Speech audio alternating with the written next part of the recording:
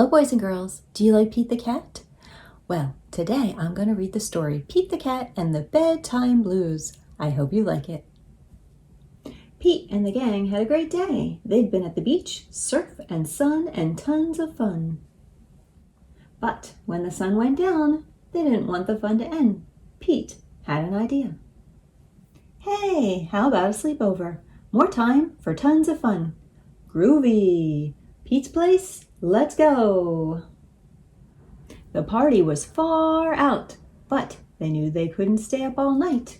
The gang decided it was time to say goodnight. On went the pajamas and out went the light. Good night, Gus. Good night, Alligator. Good night, Toad. Good night, Pete.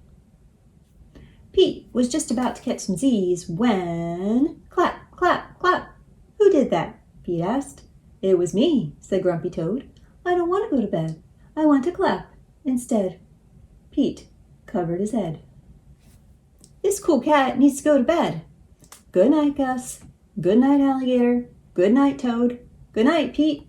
Time to sleep. Pete tried again to catch some Z's when... Rat-a-tat-tat. Who did that? Pete asked. It was me, said Gus the platypus. I don't want to go to bed. I want to jam instead. Pete covered his head. This cool cat needs to go to bed. Time to sleep. Good night, Gus. Good night, Alligator. Good night, Toad. Good night, Pete.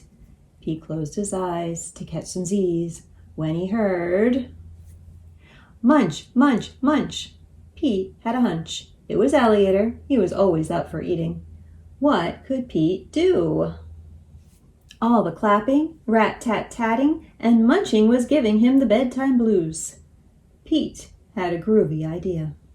He got out his favorite bedtime story and started to read, first to himself and then to the gang.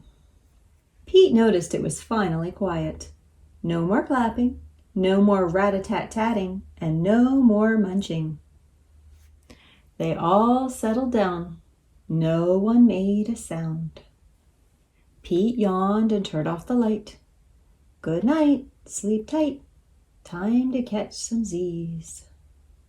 Tomorrow was another day for surfing, sun, and tons of fun. The end.